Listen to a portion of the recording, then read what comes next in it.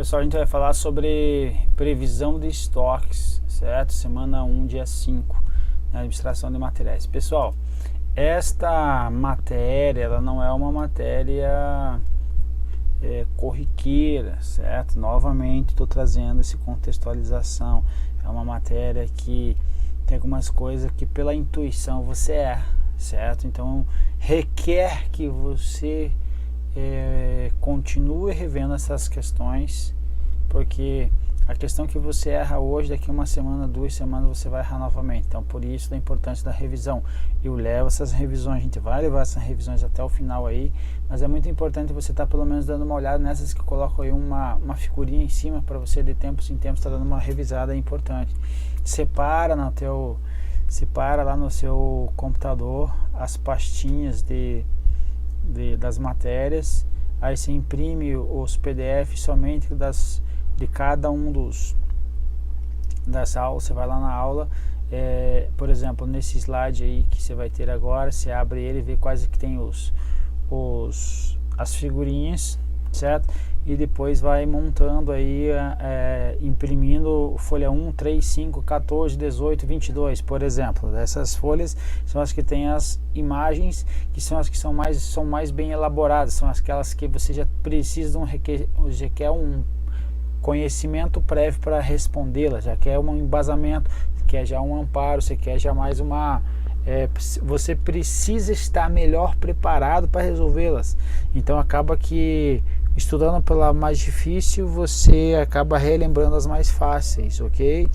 Obviamente que depois, quando eu fechar as matérias completas lá na frente, a previsão é que eu faço uma apostila de exercícios avançados, que é para você deixar guardada aquela apostila que vai ser das matérias, que quando eu fechar as matérias, vou pegar uma apostila, vou pegar questão por questão dessas, até agora foram mais de 6.000 questões, pegar questão por questão, verificar as questões são mais relevantes e montar uma apostila única. A ideia é ser pequena para municiar você aí, para você ficar muito fera na tua prova, e sempre a gente tá respondendo essas questões aí, ok? Então, acabou o papo, vamos lá. Primeiro, as perdas com desvalorização de materiais permanentes mantidos em estoque são considerados custos de depreciação na gestão de estoque. Então, se está desvalorizando um material que é permanente, realmente vai ser o que? Uma depreciação, perfeito? Então, depreciação é a perda da vida útil do bem. Por exemplo, o bem custa lá 10.000, certo? E ele tem uma vida útil aí de 60 meses. O que vai acontecer? Eu vou verificar esses 10.000 dividido por 60, certo? Eu vou ter uma desvalorização mensal. Então, no decorrer dos 60 meses, perdão, no final, pela manual de contabilidade aplicada ao setor público, normalmente é 10% aí o valor residual. Então, no final da vida dele ia ter R$1.000 aí. Ou seja, vai passando os meses, vai ocorrendo uma depreciação linear, ok? Então, é isso que ele está dizendo aí. Só uma ressalva, olha, ele está dizendo aqui que na classificação e gestão de estoques, ele não está falando da administração pública, porque na administração pública nós não podemos ter estoque de material permanente, ok? Por causa daí de questões óbvias, que eu não posso comprar um bem e deixar guardado, porque estou perdendo valores, está desvalorizando. Então é proibido na administração pública, ok? Mas ele não está falando da administração pública, está dizendo que essa desvalorização é uma depreciação? Sim. Depreciação é a desvalorização de um bem tangível por deterioração, perda de utilidade ou por se tornar obsoleto. E se fosse amortização, seria o caso dos ativos intangíveis, marcas e patentes, por exemplo, exaustão, caso de redução do valor decorrente de exploração dos recursos naturais aí, ok? 2. Considere que uma organização tem o seguinte histórico de demanda de determinado material: janeiro 90, fevereiro 50, março 60, abril 70, maio 70, junho 70. Nesse caso, a previsão para julho será de 70 unidades, de acordo com o método da média móvel para 3 meses. Então está falando a média móvel para 3 meses, então a média aritmética dos últimos 3 meses. Então foi os últimos 3 meses, julho 70, maio 70, abril 70. Então seria 70 mais 70 mais 70 dividido por 3, que vai dar o resultado de quanto? De 70, ok? Um para cada aí. Então será de 70 unidades, a questão está correta. 3. Os estudos sobre estoques dependem da previsão do consumo dos itens necessários ao funcionamento da organização. Então, para eu ter o que eu vou ter em estoque, eu preciso fazer um estudo, fazer uma previsão do consumo desse material. Perfeito. Projeção do que eu vou gastar para ter em estoque é uma das explicações, é uma das formas para se classificar as técnicas de previsão do consumo. Projeção, sim. E explicação. Explicação é ou não é? O que é explicação?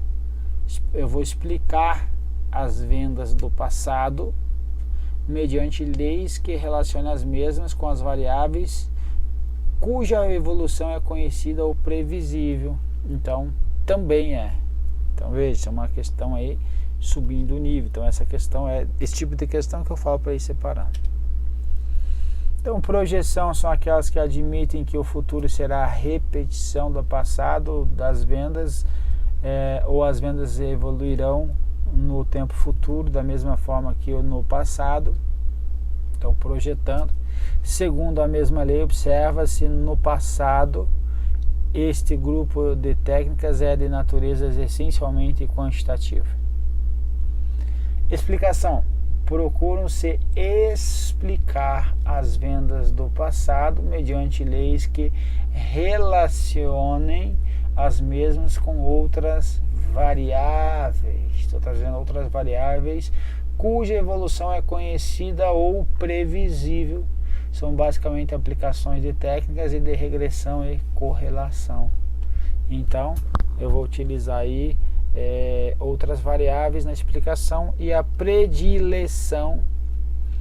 Predileção é o que? Funcionários experientes e conhecedores de fatores influentes nas vendas e no mercado estabelece uma evolução das vendas futuras. Então, projeção, eu admito que o futuro vai ser a repetição. A explicação, eu trago outras variáveis. E a predileção é a evolução de acordo com os funcionários aí, com a experiência dos funcionários. Show! Então, projeção e explicação são algumas formas de classificar técnicas de previsão do consumo. Está correto. Questão bomba aí para nós. Olha só. O estudo de estoques é realizado com base na previsão de consumo. Certo? Certo. Que pode ser estimado pelo método da média aritmética. Acabou de fazer uma ali, 70 mais 70 mais 70 dividido por 3. Cuja principal vantagem dessa média ela é a inexistência de diferentes pesos. Certo ou errado? Certo. Ela não tem pesos diferentes entre os valores mais antigos e os valores mais recentes. O que pega aqui? Principal vantagem. Isso que eu coloquei é uma bomba ali. Porque a questão ela se torna subjetiva. O autor, ele diz que é uma desvantagem. Ó, desvantagens do método. As médias móveis podem gerar movimentos cíclicos ou de outra natureza não existente nos dados originais.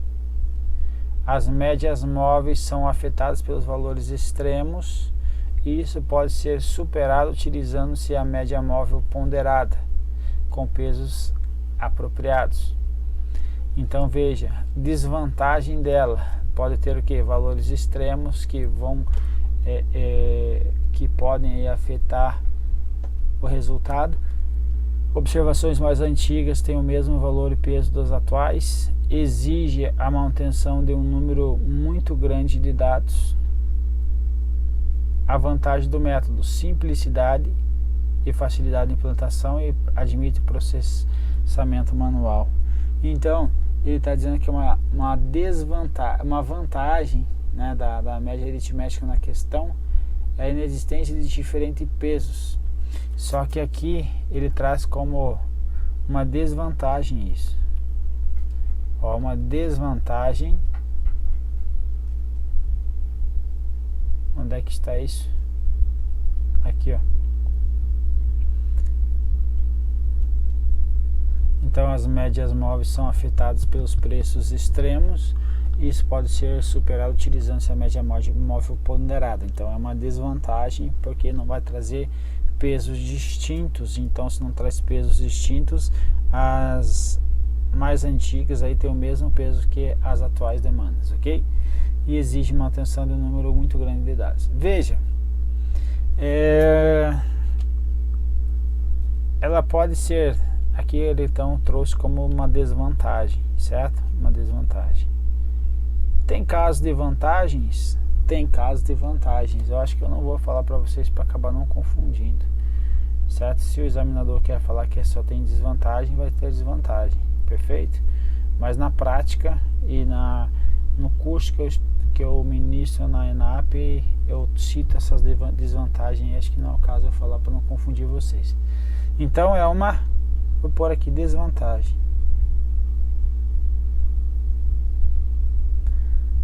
A inexistência de diferentes pesos é uma desvantagem, ok? Uma desvantagem. 5 agora. Caso o consumo médio anual, consumo médio anual de determinado item seja de 1000 unidades, certo? E seu estoque médio seja de 500 unidades. Então a rotatividade desse item será de 2 vezes por ano. 2 vezes por ano. E o antigiro, que é o inverso da fórmula daqui, será de 15 dias. Então veja, o antigiro, o que é o antigiro? O antigiro é a quantidade de tempo que você vai ficar sem ter a necessidade de colocar novos estoques aí, ok? Então quanto tempo que ele duraria aí o seu estoque? Esse seria o antigiro no caso. Se eu tenho, por exemplo, o estoque seja de 500 unidades e eu tenho um consumo anual de 1000, então meu antigiro será de quanto tempo? De 6 meses, certo? E o item aqui 2 vezes ao ano? Sim, porque ó, eu tenho 1000 dividido por 500, eu vou ter que usar o que? 2 vezes eu vou ter que repor esse estoque. Mas vamos colocar certinho aqui: índice de rotatividade é igual ao consumo médio do período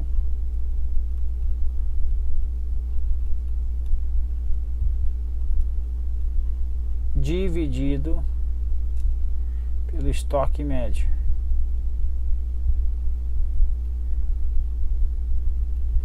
Então o consumo médio do período foi de quanto? Consumo anual do período é de quanto? De 1000. O estoque médio é de 500. Então nesse caso aí vai ser o que? A rotatividade vai ser de quanto tempo? 2 vezes. E agora, o outro que é o antigiro. O antigiro então vai ser ao contrário, que vai ser o estoque. O antigiro é o inverso de cima, então o estoque médio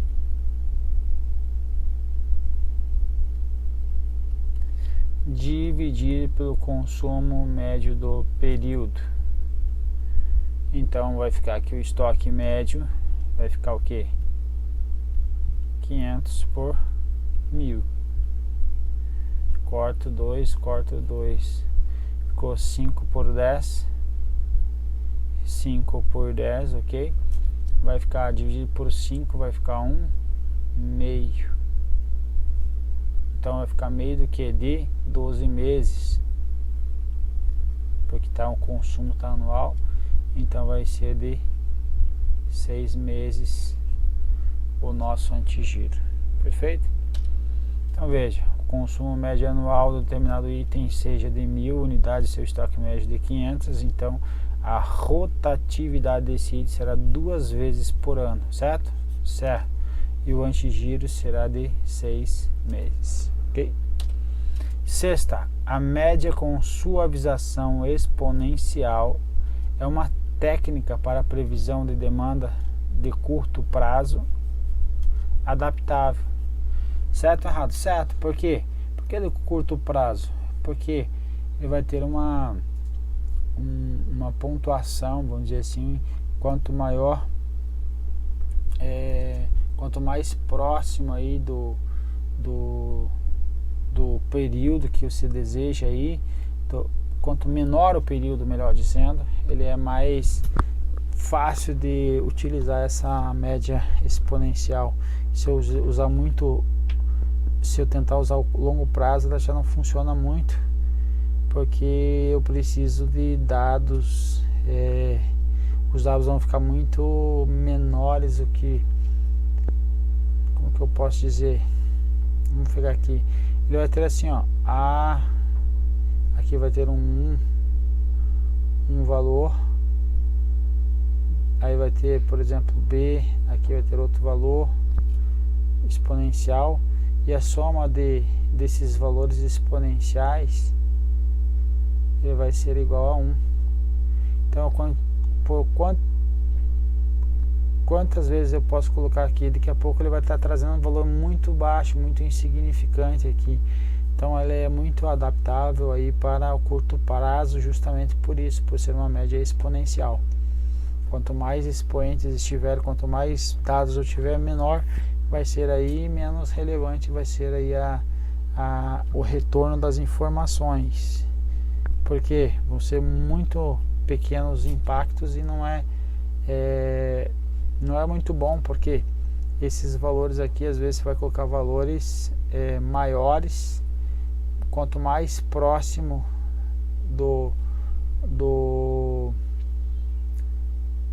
da data que você precisa, certo? Então, por exemplo, preciso de uma aqui, e vamos supor que estamos em dezembro para fazer uma previsão para compras aí a partir de janeiro. Então vou pegar o que?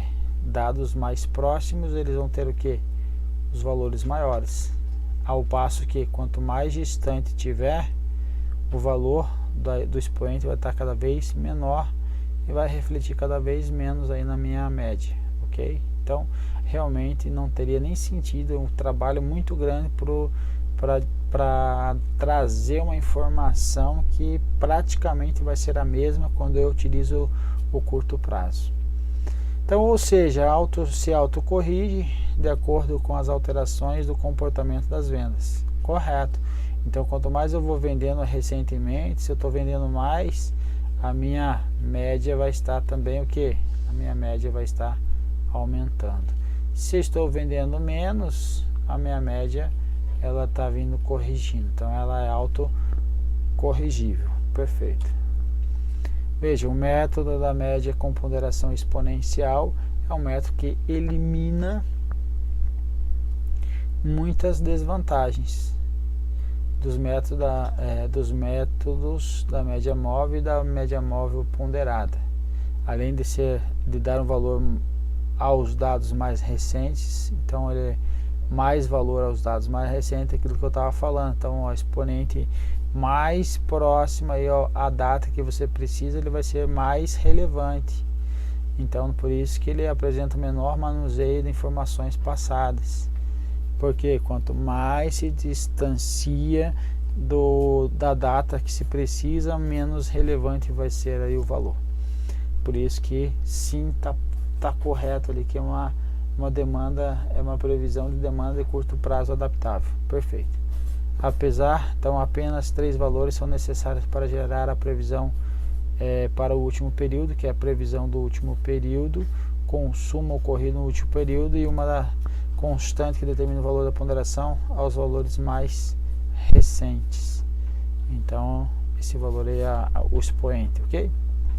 Então, resumo: média exponencial, por ele utilizar os expoentes, o somatório deles vai dar 1, e então eles vão ser valores muito pequenos, e quanto mais próximo do meu delta t ali do tempo que eu quero, quanto mais próximo tiver aqui, maior vai ser o expoente.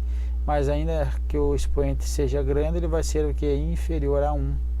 Ou seja, quando eu me afasto, se eu me afasto do período no que eu quero, estou indo para o longo prazo, o que vai acontecer com esses dados? Vão ser o que? Baixo, vai ser de pouca relevância. Então, realmente, ele é de curto prazo adaptável, ele se autocorrige de acordo com as alterações da demanda e das vendas. Perfeito. 7. O sistema de planejamento de necessidades de materiais, também chamado de MRP. Sistema de planejamento das necessidades, chamado MRP, não utiliza o sistema just-in-time, ok? Então, o sistema just-in-time não é utilizado aqui. Então, a liberação para produção de partes e componentes cuja demanda dependa de outro produto ocorrerá por meio do conceito de puxa-estoques. O conceito de puxa-estoque é o just-in-time, ok? Nesse caso é o conceito de empurra-estoque, ok? Qual é a diferença do empurra para o puxa? O just-in-time, por exemplo, lá na gôndola lá do McDonald's, lá vai ter lá os sanduíches, e que o carinha lá atrás lá que está fazendo lá na bancada, está fazendo lá os sanduíches, ele só vai fazer mais sanduíches quando o quê?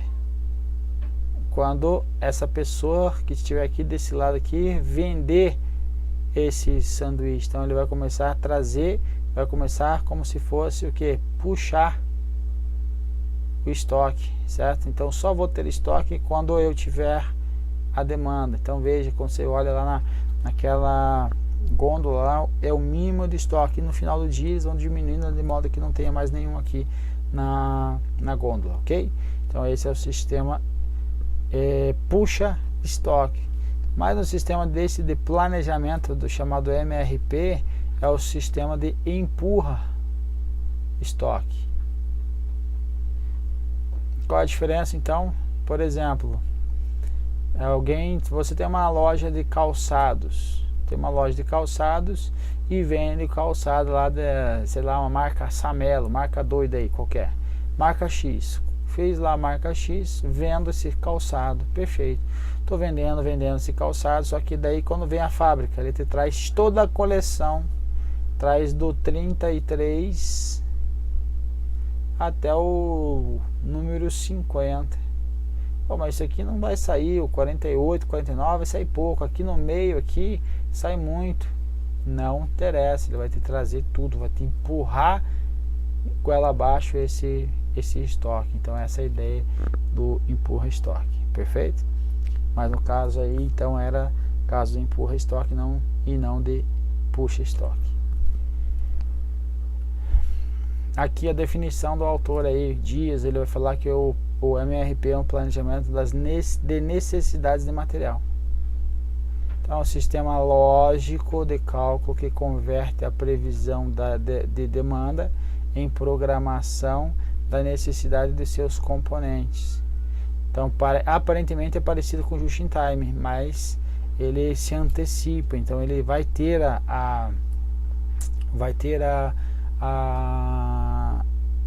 o estoque, perfeito? Então a partir do conhecimento de todos os componentes de um determinado produto e os tempos de obtenção de cada um deles, calcula-se o quanto e quando se deve obter cada um dos itens aí, de forma que não haja falta nem sobra.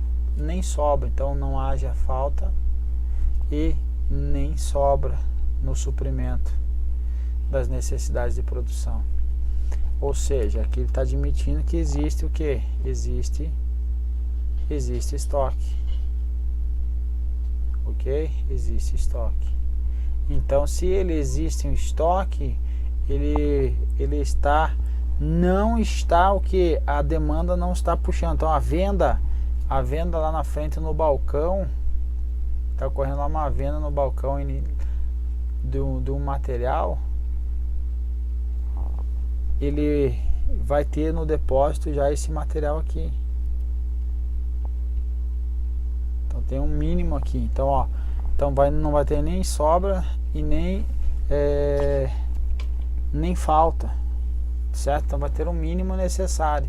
Então por isso que, sendo ele um mínimo necessário, ele não se configura como um estoque zero ou nulo. Então nesse caso ele não é o caso de puxa estoque, porque o puxa estoque seria zerado aqui e eu só ia produzir quando esse cara estava pedindo o produto, vida aí o McDonald's aí, por exemplo, que é o que mais se aproxima. Então nesse caso aqui não, o mínimo que eu tenho aqui, então esse mínimo que eu tenho aqui agora eu estou o que? Empurrando para venda.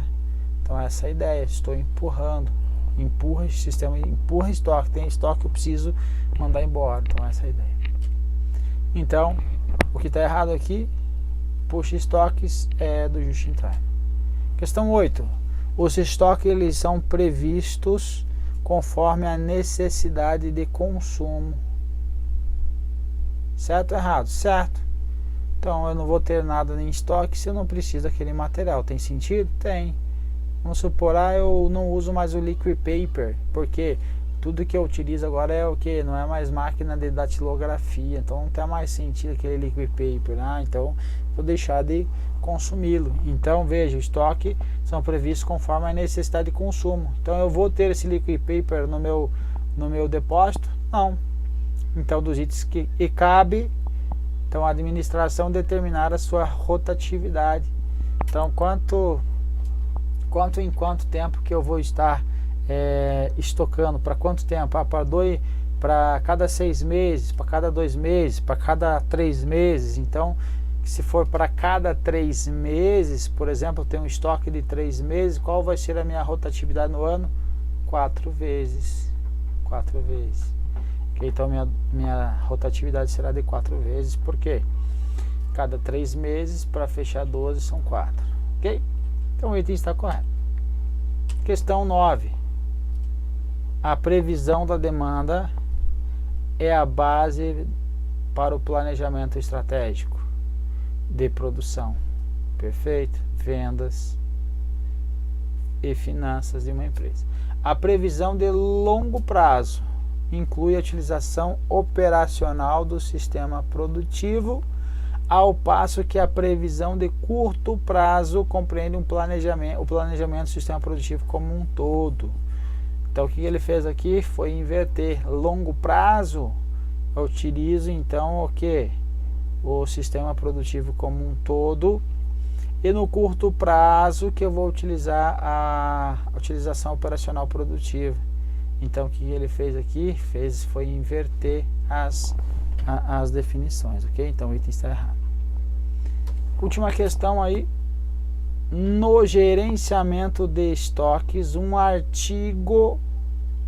item, né, com demanda previsível e que pela sua relevância ela esteja sujeita ao controle da obsolescência, é considerado material crítico. Então lembrar que material crítico é aquele material que não pode faltar na sua empresa, no seu órgão, na sua instituição, na sua organização, senão para tudo. Exemplo, hospital cirúrgico lá, centro cirúrgico lá, não pode faltar o que? Anestesia. Então essa anestesia vai ser material crítico. Então veja, por ser material crítico, os autores dizem que eu não tenho como ele não está sujeito ao controle da obsolescência desse material, porque se ele é crítico, como ele vai se transformar em obsoleto? Não tem como. Então essa é a ideia da definição do material crítico. Se ele é crítico, vai parar a minha produção, vai parar o órgão, vai dá problema. Então, se vai dar problema sem aquele material, como ele vai se transformar obsoleto? Então, é essa a ideia aí que traz aí a doutrina relativa aí à gestão de estoques. Então, veja, os materiais são considerados críticos devido à sua essencialidade ao processo produtivo, de forma que a sua falta pode causar grande prejuízo para a organização ou colocá-lo numa situação de grave risco. Usualmente são materiais de demanda não previsível, cuja criticidade decorre de um ou mais fatores, como dificuldade da obtenção, valor elevado, dificuldades de armazenamentos e transporte, ou razão de segurança, ou dificuldade de previsão, ok? Então, isso aí são as definições do material crítico, ok? Então, aquele material que sua falta traz grande prejuízo para a organização, ok? Então, por ele não ser um artigo de demanda previsível, e veja, onde está aqui, ó, demanda não previsível, então ele traz aqui, ó, um artigo de demanda previsível, ele é não previsível e sua relevância esteja sujeita a controle de obsolescência também não está, ok? Então, 2 erros. Povo, mais uma etapa, mais um degrau aí. Vamos continuar firme e forte e rever se as questões aí são ruins, são complicadas aí em primeiro modo, depois vai melhorando aí com o passar dos dias e dos meses, de modo que ele vai entrar na massa do teu sangue e você vai acertar essas questões com facilidade depois. Obviamente que a gente vai estar treinando aí, não se preocupe também que a gente vai estar trazendo para vocês sempre isso, mas a vantagem que você tem que ter em relação aos demais é que você tem que assistir essas aulas, escutar aí eu falando para vocês o que está certo, o que está errado, por que está certo, por que não está errado. Tem algum problema, não entendeu alguma das questões, manda. Às vezes eu estou achando que estou sendo claro, às vezes eu tento, procuro uma forma de explicar da forma mais sucinta possível para você matar a questão. E às vezes pode acabar gerando uma dúvida, então essas dúvidas temos alguns momentos que podemos saná-las em salas, em encontros presenciais, quando a gente está fazendo aí a correção dos gabaritos, dos simulados, e também você pode mandar aí, ter a opção de mandar uma foto aí, tirada aí, uma foto pelo zap e mandar para mim que a gente vai conversando. Beleza, povo? Um abraço, fique com Deus. Tchau, tchau.